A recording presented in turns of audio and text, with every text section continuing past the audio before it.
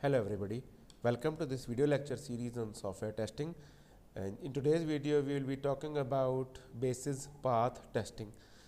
तो हमने last video जो थी हमारी वो कंट्रोल फ्लो टेस्टिंग की थी। कंट्रोल फ्लो टेस्टिंग के अंदर हमारे पास एक और कैटेगरी आ जाती है बेसिस पाथ टेस्टिंग, जिसको हम स्ट्रक्चर टेस्टिंग भी कहते हैं। तो we look at it, then will talk about what is cyclomatic complexity, और साइक्लोमेटिक कम्प्लेक्सिटी को कैलकुलेट करने के दो तरीके हम विद एग्जांपल चेकआउट करेंगे। एक कंट्रोल फ्लो ग्राफ मेथड जिसके 3 फॉर्मूलेज हैं, और एक एडजेंसी मेथड जो कि आपका एडजेंसी मैट्रिक्स मेथड। और उसके बाद हमें मैकैब मेथड इस्तेमाल करते हुए बेसिस पाथ टेक्निक अप्लाई करेंगे, राइट। सो जैसे कि हमारी सीरीज़ अभी चल रही है तो उसमें हमने शुरुआत की थी वाइट बॉक्स टेस्टिंग। जब हमने शुरू किया तो हमने कंट्रोल फ्लो टेस्टिंग से शुरू किया था। Now this video will be focusing upon basis path testing, right. Control flow testing cannot be complete without the presentation of structured testing that is known as basis path testing. बाज़ जगह पे basis path testing को control flow testing का part समझा जाता है, बाज़ जगह पे इसको उसका सेपरेट एंटिटी के तौर पे भी ट्रीट किया जाता है। लेकिन हम ये कह सकते हैं कि कंट्रोल फ्लो टेस्टिंग ही हो रही है बेसिस पाथ टेस्टिंग के अंदर, ठीक है।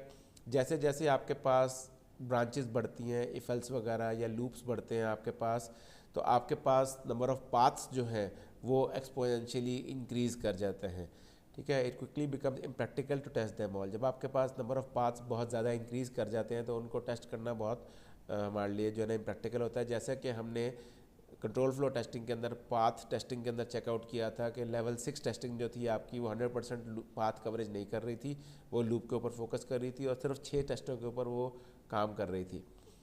A commonly used method is to compute the number of linearly independent paths, linearly independent path जिसको हम basis path भी कहते हैं, through the code under test. This can be thought of as minimum number of paths that can be combined to generate every possible path. यानी कि कम से कम आपके पास कितने टेस्ट होने चाहिए हैं, कितने पाथ्स होने चाहिए, टेस्ट तो नहीं पाथ्स की बात हो रही है यहाँ पे। Structure testing is based on the pioneering work of Tom McCabe. जैसे कि मैंने कहा कि हम basis path technique Tom McCabe की मेथोडोलॉजी को यूज़ करते हुए करेंगे। It use an analysis of the topology of control flow graph to identify the test cases. तो मैकैब जो है वो बेसिकली आपकी नेटवर्क टोपोलॉजी को यूज़ करता है कंट्रोल फ्लो ग्राफ के ऊपर, और उससे आपके पास टेस्ट केसेस आइडेंटिफाई करता है। उसके पास एक अपनी टेक्निक है, वो हम आगे कंटिन्यू करेंगे। तो जब हम स्ट्रक्चर टेस्टिंग की बात करते हैं या बेसिस पाथ टेस्टिंग की बात करते हैं तो उसमें कौन कौन से स्टेप्स हैं। पहला स्टेप तो ये है कि आपने drive control flow graph from the software module, यानी कि आपको जो कोड या सूडो कोड या एल्गोरिदम गिवन है उससे आप बनाते हैं एक कंट्रोल फ्लो ग्राफ। दूसरा स्टेप है कि जो आपके पास कंट्रोल फ्लो ग्राफ बन गया है उससे आप निकालते हैं साइक्लोमेटिक कॉम्प्लेक्सिटी, और फिर जब साइक्लोमेटिक कॉम्प्लेक्सिटी आपकी निकल आती है तो फिर आप select a set of C basis paths के कितने आपके पास पाथ्स बन रहे हैं, और पाथ्स बनाने के बाद आप टेस्ट केस बनाएंगे।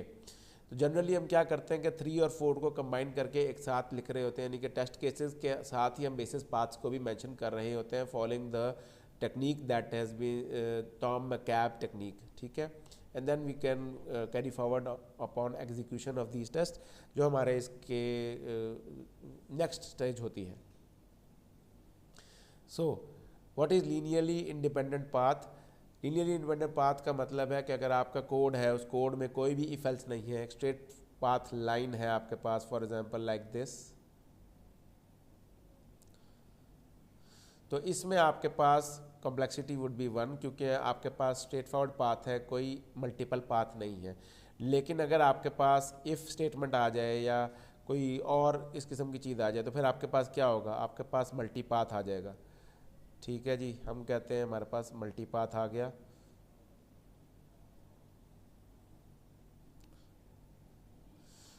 ठीक है। अगर हमारे पास एक इफ़ एल्स की स्टेटमेंट आ जाए तो अगर हमारे पास इफ़ की कंडीशन ट्रू होगी तो एक पाथ होगा, और इफ़ की कंडीशन फॉल्स होगी तो दूसरा पाथ होगा।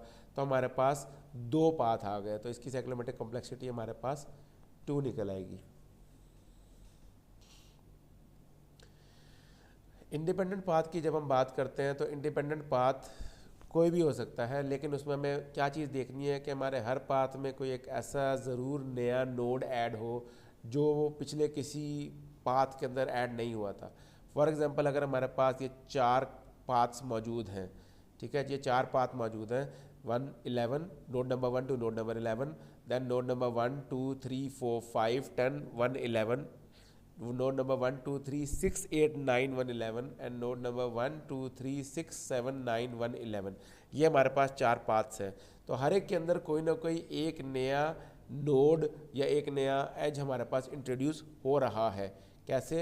अगर हम पाथ नंबर 3 और 4 को देखें तो हमारे पास पाथ 3 में 8 है और पाथ 4 में 7 है, उसकी वजह से एक नया पाथ बन गया एंड सो ऑन। तो अगर हम ये करना चाहें कि जी जैसे कि हमें पाथ से दिख रहा है कि यहाँ पे लूप लगा हुआ है 1 11, 1 के बाद दोबारा 1 आ रहा है, इसका मतलब है कि लूप लगा हुआ है। तो हम ये कहें जी 1 2 3 4 5 10 1, यानी कि ये वाला पाथ, और इस वाले पाथ के साथ हमने 1 2 3 6 8 9 1 11 कर दिया, यानी कि 1 के बाद हमने पाथ 2 और 3 को अगर हम मर्ज कर दें तो उसमें हमारे पास कोई नया एज नहीं आ रहा, क्योंकि ये इसलिए इंडिपेंडेंट पाथ नहीं कंसिडर किया जाएगा क्योंकि इस वाले पूरे पाथ के अंदर कोई ऐसा नोड नहीं है जो ऑलरेडी डिफाइंड 4 पाथ में कवर्ड नहीं हुआ हुआ, इसलिए ये हमारा इंडिपेंडेंट पाथ नहीं है, ठीक है। तो हमने जो भी टेस्ट केसेस डिज़ाइन करने हैं वो हमने बेसिस पाथ के ऊपर डिज़ाइन करने हैं, इंडिपेंडेंट पाथ्स के ऊपर डिज़ाइन, इंडिपेंडेंट पाथ के हिसाब से डिसाइड करने हैं बेसिस सेट के हिसाब से, ठीक है। Every statement in the program should be executed at least once and every condition will have been executed on its true and false. ये अगर हम करेंगे बेसिस पाथ्स के हिसाब से सॉल्व करेंगे तो ये सारे काम हमारे हो जाएंगे कि हर एक एक कंडीशन एक एक पाथ के हिसाब से चल चुकी होगी, और इसको सॉल्व करने का तरीका हमारे पास मैकैब मेथड है। हम मैकैब मेथड पे जब पहुंचेंगे तो फिर हम उसकी बात करते हैं। अभी तो हम आपको सिर्फ इंडिपेंडेंट पाथ्स की बात कर रहे हैं। अब हम आते हैं साइक्लोमेटिक कॉम्प्लेक्सिटी की कैलकुलेशन की तरफ, कि हम साइक्लोमेटिक कॉम्प्लेक्सिटी हमें ये बताती है कि टोटल कितने इंडिपेंडेंट पाथ्स हैं हमारे पास या टोटल कितने बेसिस पाथ्स हैं हमारे पास, ठीक है। एक तो वो ये बताती है। तो जब हमें total number of basis path पता लग गए, जब हमें total number of basis path पता लग गए तो हमें ये पता लग गया कि टोटल टेस्ट केसेस हमें कितने बनाने हैं, कितनी रोज़ होंगी हमारे टेबल के अंदर, वो हमें वहीं से पता लग जाएगा, ठीक है। It defines number of independent paths, cyclomatic complexity defines number of independent paths in the basis set and also provides number of test that must be conducted. अब साइक्लोमेटिक कॉम्प्लेक्सिटी को कैलकुलेट करने के फॉर्मूलेज कौन कौन से हैं? एक formula तो ये है कि आप कहते हैं V of G is equal to E minus N plus 2, where E is the number of edges and N is the number of nodes। हमारे पास जो ग्राफ बनाया है उसमें जितने भी टोटल नंबर ऑफ एजेस हैं उनको काउंट करना है, minus total number of nodes उनको काउंट करना है, प्लस 2, ये कांस्टेंट है। तो हमारा साइक्लोमेटिक कॉम्प्लेक्सिटी का एक फॉर्मूला ये रहा जो कि सबसे ईजीएस्ट टू कैलकुलेट है, और मेरी रिकमेंडेशन भी होती है कि हम इसी को इस्तेमाल करें। लेकिन हमारे पास 2 और फॉर्मूला है इसके अलावा, जिसमें से एक ये रहा cyclomatic complexity of a graph V of G, flow graph is VG is equal to P plus 1। अब ये P क्या है? P stands for predicate nodes, P stands for predicate nodes. Predicate node क्या होता है? हर वो नोड जिसके पास एक से ज़्यादा आउटपुट हो वो आपका प्रेडिकेट नोड होता है। तो ये आपके पास एक प्रेडिकेट नोड है, ठीक है। जबकि अगर हम बात करें इस नोड की तो बस हमारे पास प्रेडिकेट नोड सिर्फ ये एक ही है, बाकी कोई भी प्रेडिकेट नोड नहीं है इसके अंदर। क्यों? क्योंकि ये वाहिद नोड है जिससे 2 आउटपुट्स निकल रहे हैं, बाकी सबसे हमारे पास एक एक आउटपुट निकल रहा है, ठीक है। तो प्रेडिकेट नोड वो नोड होता है जिसमें आपके पास एक से ज़्यादा आउटपुट निकल रहे हों। जनरली आप हमारा जो ग्राफ है CFG का वो अगर इफ एल्स के ऊपर है या लूप के ऊपर है तो उसमें आपके पास बाइनरी डिसीजंस होती हैं, तो इसलिए हम उसको बाइनरी के सेंस में ही लेते हैं। लेकिन अगर हमारे पास स्विच केसेस के अंदर चले जाए, केस के अंदर चले जाए, तो हमारे पास एक से ज़्यादा पाथ, 2 से ज़्यादा पाथ भी हो सकते हैं। तो बहरहाल ये प्रेडिकेट नोड्स हैं। तो हमारे पास दूसरा फॉर्मूला ये है कि आपका जो पूरी CFG है उसके अंदर आप देखेंगे कितने नोड्स ऐसे हैं जिनके आउटपुट जो है वो मोर देन 1 है, उनकी काउंटिंग कर ले, प्लस 1 कर दे, that will give you cyclomatic complexity. ठीक हो गया? So let's look at this example. और जैसे कि मैंने कहा था कि हमारे पास 3 फार्मूले हैं साइक्लोमेटिक कॉम्प्लेक्सिटी को कैलकुलेट करने के, तो हम तीनों जो है वो अब चेकआउट कर लेते हैं। If you look at this particular CFG, ठीक है, हम ये कहते हैं कि स्टार्टिंग नोड हमारा रेड है और एंडिंग नोड हमारा ब्लू है।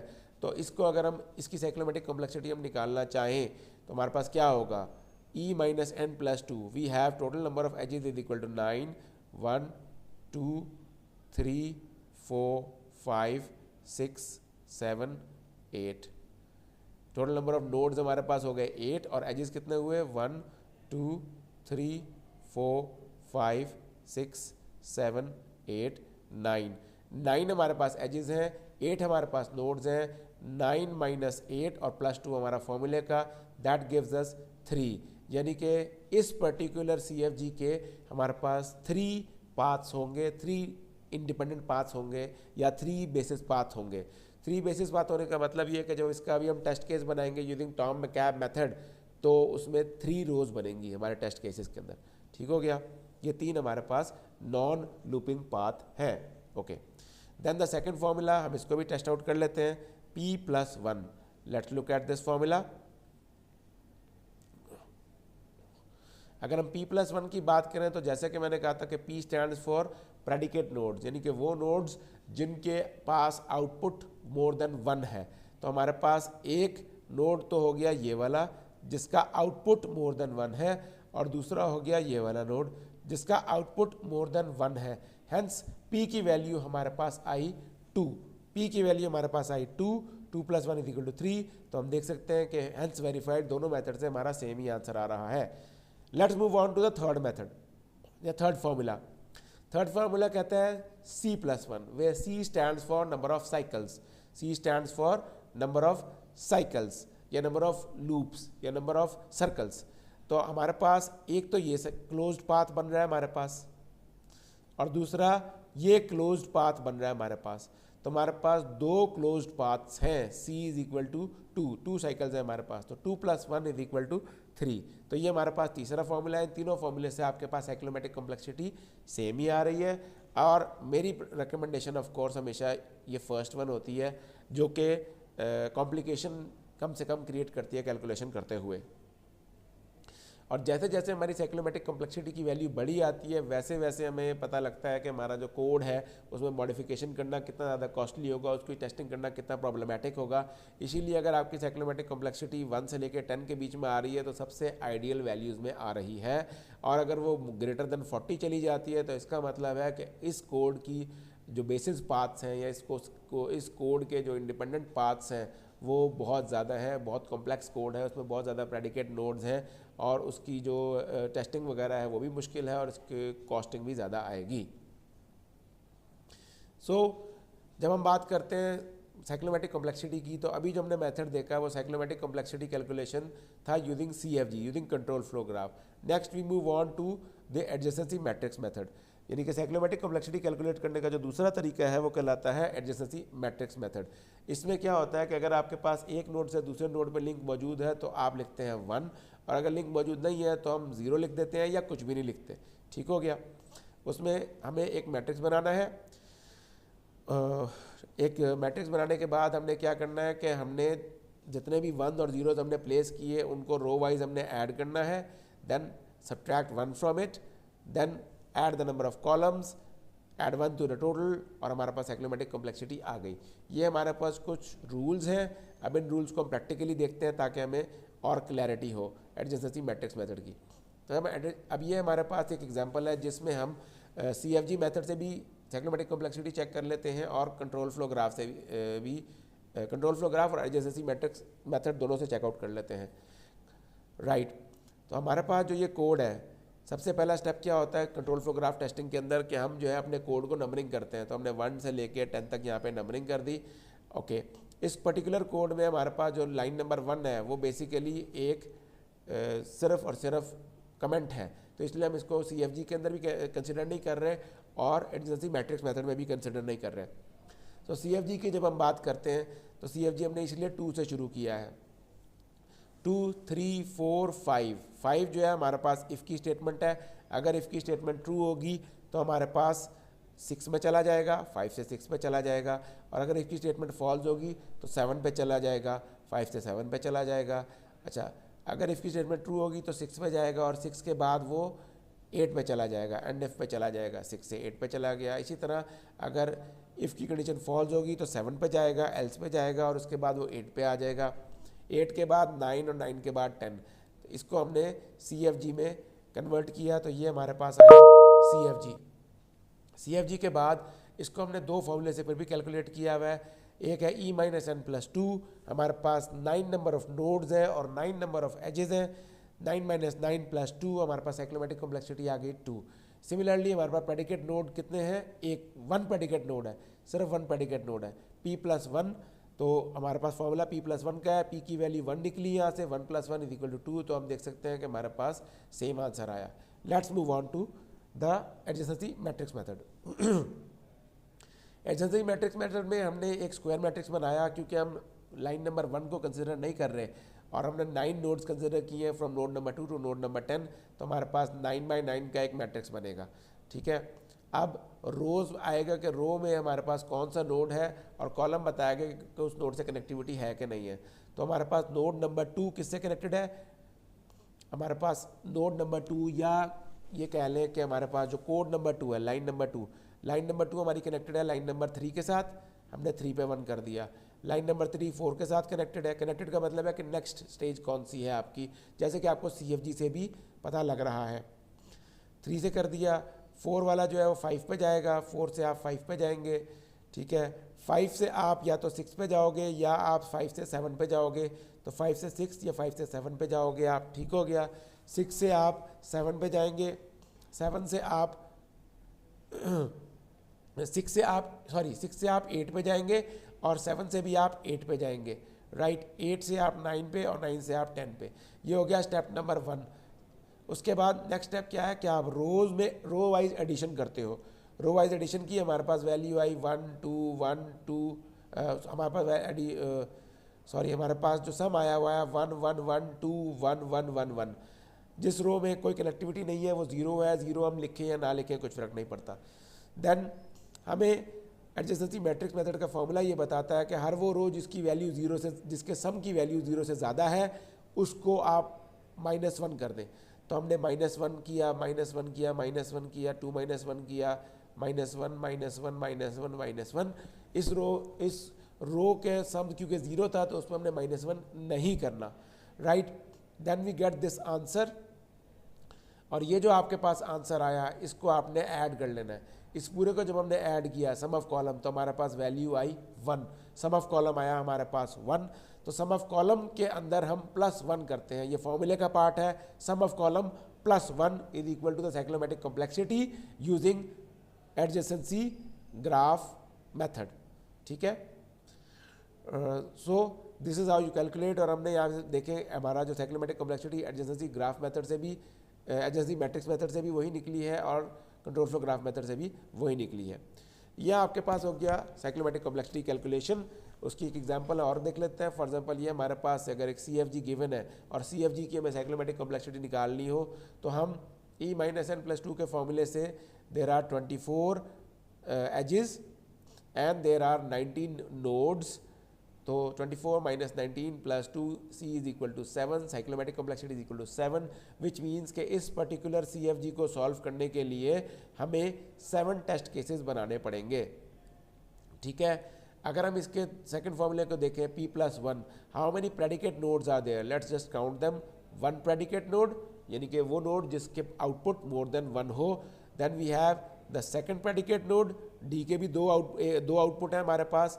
Third predicate node E, fourth predicate node F, fifth predicate node K, six predicate node L।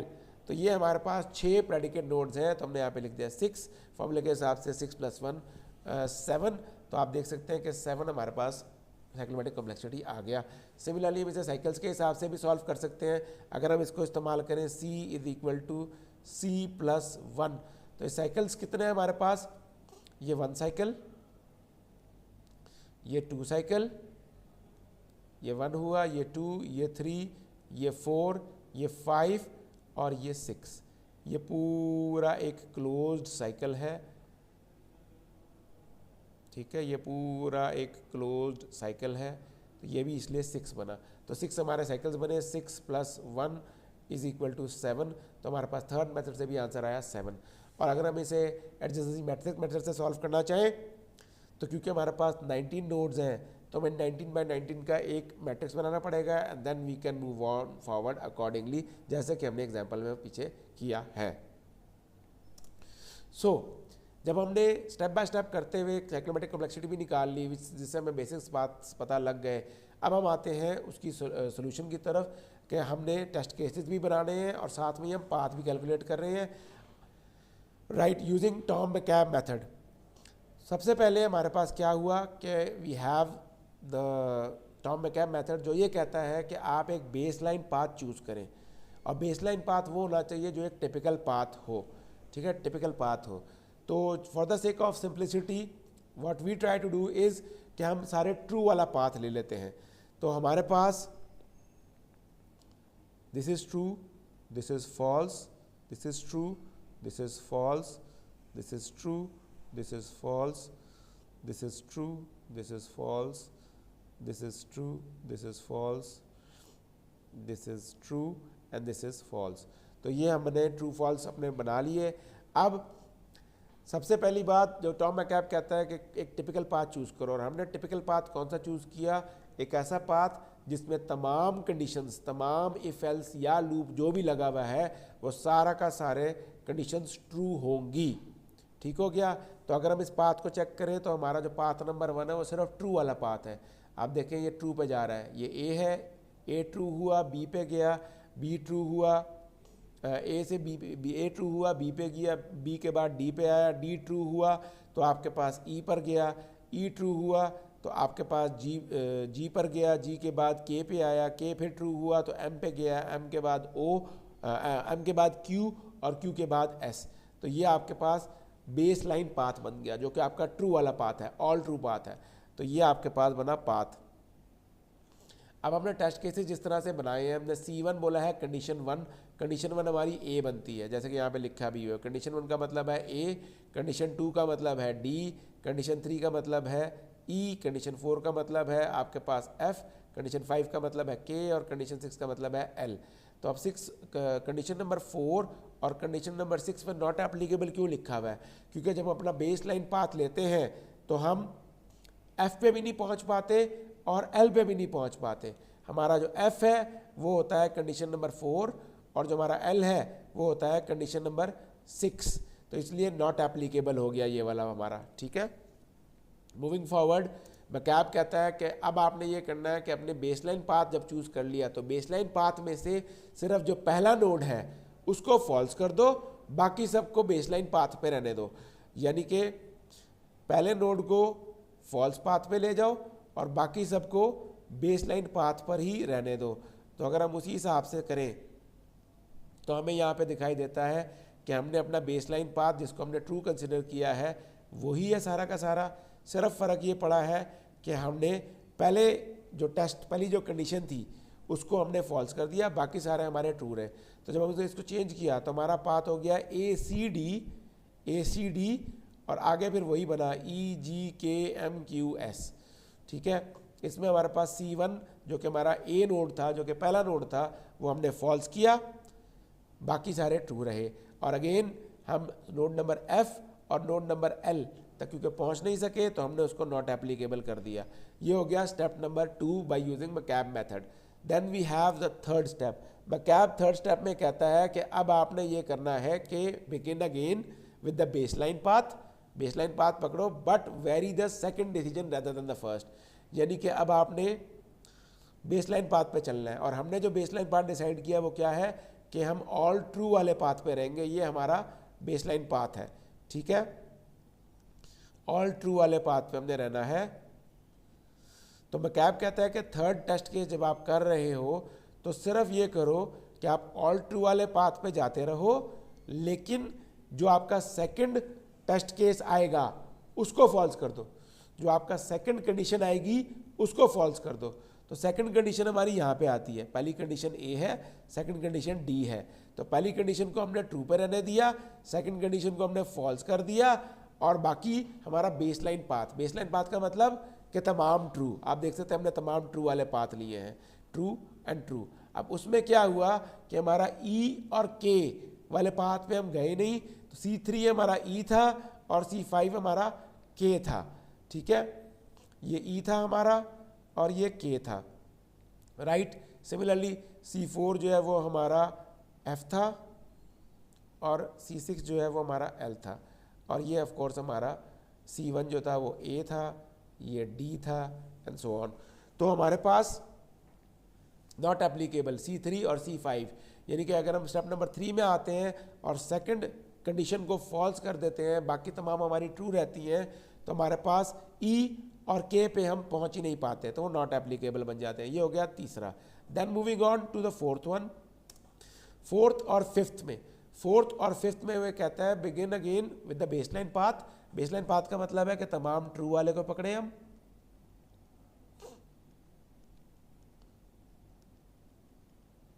Begin again with the baseline path, but अब क्या करना है, अब थोड़ी सी चेंजिंग करनी है। चेंजिंग क्या करनी है, but vary the third decision rather than the second. अब तीसरे वाली जो आपके पास कंडीशन आ रही है, तीसरा वाला जो आपके पास प्रेडिकेट नोड आ रहा है, उसको चेंज कर दो। Continue varying each decision one by one until the bottom of the graph is reach, यानी कि तीसरे से ऑनवर्ड्स टॉगलिंग शुरू कर दो। टॉगलिंग का मतलब है कि अगर तीसरा आपने फॉल्स किया है तो चौथा आपका ट्रू हो जाए, पांचवा आपका फॉल्स हो जाए, एंड वाइस वर्सा। अगर तीसरा आपने फॉल्स किया है तो चौथा आपका ट्रू हो जाए और पांचवा आपका फिर जो है वो फॉल्स हो जाए, टॉगलिंग हो जाए, वेरिंग हो जाए, राइट। तो उसके हिसाब से अगर हम देखें तो पहला और दूसरा तो हमने बेसलाइन पाथ पे रखा, ट्रू और ट्रू। उसके बाद क्या किया हमने उसके बाद टॉगलिंग कर दी, यानी कि तीसरे को फॉल्स किया, फिर चौथे को ट्रू कर दिया, फॉल्स ट्रू, तो हमारी टॉगलिंग हो गई। वाइस वर्सा, पहला ट्रू किया, दूसरा भी ट्रू किया, तीसरा अब हमने ट्रू किया, वेरी करना है ना, तो तीसरे को ट्रू करके चौथे को फॉल्स कर दिया, हमारी टॉगलिंग हो गई। ठीक है, तो ये दो पाथ हमारे बने, ये हो गए हमारे दो पाथ। और इसके अंदर हमारे पास C4 और C6 अगेन नॉट एप्लीकेबल हो गए, जैसे कि हमें यहाँ पे ग्राफ पे दिख रहा है कि F और L जो कि आपके पास C4 और C6 है रिस्पेक्टिवली, उस बात पे हम जा ही नहीं रहे, इसलिए दोनों दोबारा से नॉट एप्लीकेबल हो गए। Then we move on next. McCabe method कहता है कि हमने क्या करना है, all the decision on the baseline path have been flipped and we proceed to the second path, flipping it decision one by one.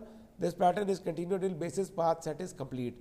अब आपने बेसलाइन पाथ का ऑपोजिट, यानी कि अब आपने फॉल्स वाली साइड पे आए, पहले को और दूसरे को फॉल्स किया, पहले को और दूसरे को फॉल्स किया, और उसके बाद क्या किया, वेरिंग कर दिया, यानी कि मैंने इसको पहले फॉल्स किया तो इसके बाद इसको ट्रू कर दिया, और अगर मैंने इसको ट्रू किया तो इसको मैंने फॉल्स कर दिया, वेरिंग कर दिया, तो हमारे पास एक अलग पाथ बन गया। और इसमें हमारे पास E और K ये दोनों जो है वो उधर हम रीच ही नहीं कर पा रहे, तो इसलिए हमारे पास E और K जो है वो नॉट एप्लीकेबल हो गया।